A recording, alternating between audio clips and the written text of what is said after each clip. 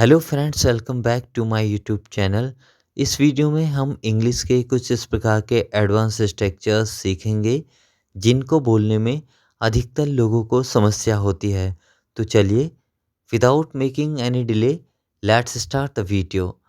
हमारा आज का पहला स्ट्रक्चर है to have speaking terms with someone. To have speaking terms with someone, इसका मतलब होता है किसी से बोलचाल होना या बातचीत होना। किसी से बोलचाल होना या बातचीत होना। हम हैव की जगह हैज़ और हैड सेंटेंस की आवश्यकता अनुसार चेंज कर लेंगे। तो चलिए, हम इसे कुछ एग्जांपल्स के थ्रू समझते हैं। हमारा आज का इसका पहला एग्जांपल है, मेरी उससे बोलचाल नहीं है। मेरी उससे बोलचाल नहीं है। चलिए देखते हैं हम इसे किस प्रकार से बोलेंगे। I have no speaking terms with him. I have no speaking terms with him. चलिए हम इसका दूसरा एग्जाम्पल देखते हैं। उन दिनों में हमारी आपस में बोलचाल नहीं थी। उन दिनों में हमारी आपस में बोलचाल नहीं थी। We didn't have speaking terms with each other in those days. We didn't have speaking terms with each other in those days. चलिए, हम अपना आज का दूसरा स्ट्रक्चर देखते हैं। हमारा आज का दूसरा स्ट्रक्चर रिमेन से बनेगा। रिमेन। रिमेन का मतलब होता है बचा होना, बच जाना या रहना। बचा होना, बच जाना या रहना। हमने अपने डेली लाइफ में अक्सर लोगों को इस प्रकार की बातें करते हुए सुना होगा, जैसे कि अब कहने के लिए क्या बचा है, या अब देखने के लिए क्या बचा है, या अब सुनने के लिए क्या बचा है। जब भी हम इस प्रकार के सेंटेंसेस बोलते हैं तो हमें हमेशा रिमेन का यूज करना होता है।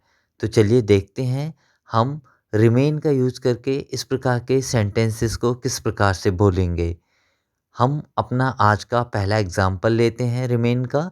तो इसका पहला एग्जाम्पल है, अब कहने के लिए क्या बचा है। अब कहने के लिए क्या बचा है। चलिए देखते हैं हम इसे किस प्रकार से बोलेंगे।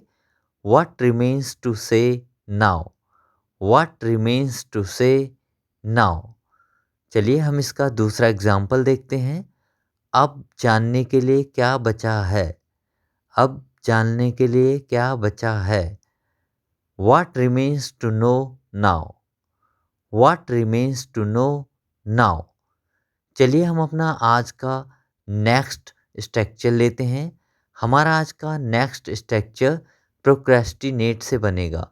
प्रोक्रेस्टिनेट से बनेगा। प्रोक्रेस्टिनेट का मतलब होता है टाल मटोल करना या आनाकानी करना। जब हम किसी भी काम को करने में टाल मटोल करते हैं, आनाकानी करते हैं, तो उस वक्त हम प्रोक्रेस्टिनेट का यूज़ करेंगे। जैसे कि हम कभी-कभी इस प्रकार से बोलते हैं कि तुम टाल मटोल मत करो, काम करना है तो अभी करो, या फिर उसकी तो टाल मटोल करने की आदत है। इस प्रकार के सेंटेंसेस बोलने के लिए हम हमेशा प्रोक्रेस्टिनेट का यूज़ करेंगे। चलिए हम इसे कुछ एग्जांपल्स के थ्रू समझते हैं। तो हमारा आज का प्रोक्रेस्टिनेट से बनने वाला पहला एग्जाम्पल है, टाल मटोल मत करो, अभी वहाँ जाओ। टाल मटोल मत करो, अभी वहाँ जाओ।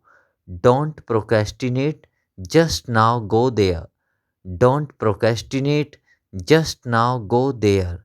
चलिए हम इसका दूसरा एग्जाम्पल देखते हैं। हमारा इसका दूसरा एग्जाम्पल है, टाल मटोल करना अच्छी बात नहीं है। टाल मटोल करना अच्छी बात नहीं है।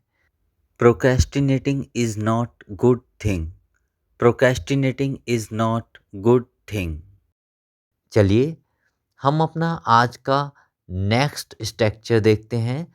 हमारा आज का नेक्स्ट स्ट्रक्चर है मेक मैस। मेक मैस, इसका मतलब होता है गड़बड़ करना।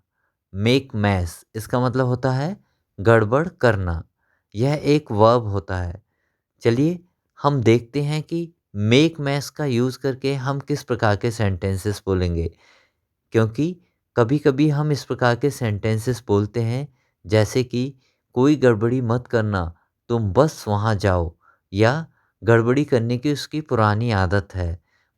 जब भी हम कोई इस प्रकार के सेंटेंस बोलते हैं जिसमें गड़बड़ी करना या गड़बड़ी ना करना इस प्रकार की बात बोलते हैं तो उसके लिए हम हमेशा मेक मैस का यूज़ करते हैं। तो चलिए देखते हैं कि हम मेक मैस का अपने सेंटेंसेस में किस प्रकार से यूज़ कर सकते हैं। मेक मैस एक वर्ब होता है। तो चलिए देखते हैं।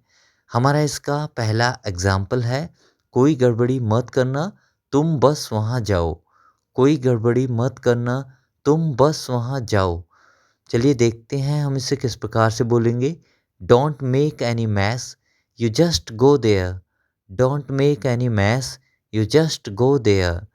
चलिए हम इसका दूसरा एग्जाम्पल देखते हैं। मैं जानता था कि आप कोई गड़बड़ कर दोगे। मैं जानता था कि आप कोई गड़बड़ कर दोगे। I knew that you will make any mess. I knew that you will make any mess. चलिए हम अपना आज का नेक्स्ट स्ट्रक्चर देखते हैं। हमारा आज का नेक्स्ट स्ट्रक्चर जो फ्लॉन्ट से बनेगा। फ्लॉन्ट फ्लॉन्ट एक वर्ब होता है और इसका मतलब होता है इतराना, घमंड दिखाना या शान दिखाना। तो चलिए देखते हैं कि हम फ्लॉन्ट को किस प्रकार से यूज़ करेंगे। तो हमारा फ्लॉन्ट से बनने वाला आज का पहला एग्जाम्पल है, ज़्यादा मत इतराओ, अपना काम करो। ज़्यादा मत इतराओ, अपना काम करो। चलिए देखते हैं हम इसे किस प्रकार से बोलेंगे। Don't flaunt too much, do your work. Don't flaunt too much, do your work. चलिए हम इसका दूसरा एग्जाम्पल देखते हैं। वह पार्टी में बहुत इतरा रही थी। वह पार्टी में बहुत इतरा रही थी। She was flaunting too much in the party. She was flaunting too much in the party. दोस्तों, आज आपने इंग्लिश के कुछ बहुत ही ज़्यादा इंटरेस्टिंग एडवांस स्ट्रक्चर्स सीखे। यदि आपको हमारी वीडियो पसंद आई हो तो वीडियो को लाइक कीजिए और हमारे चैनल को सब्सक्राइब कीजिए और बेल आइकन को ज़रूर प्रेस कीजिए, क्योंकि बेल आइकन प्रेस करने से आपको हमारे आने वाले सभी लेटेस्ट वीडियो का नोटिफिकेशन मिल जाएगा। Thank you.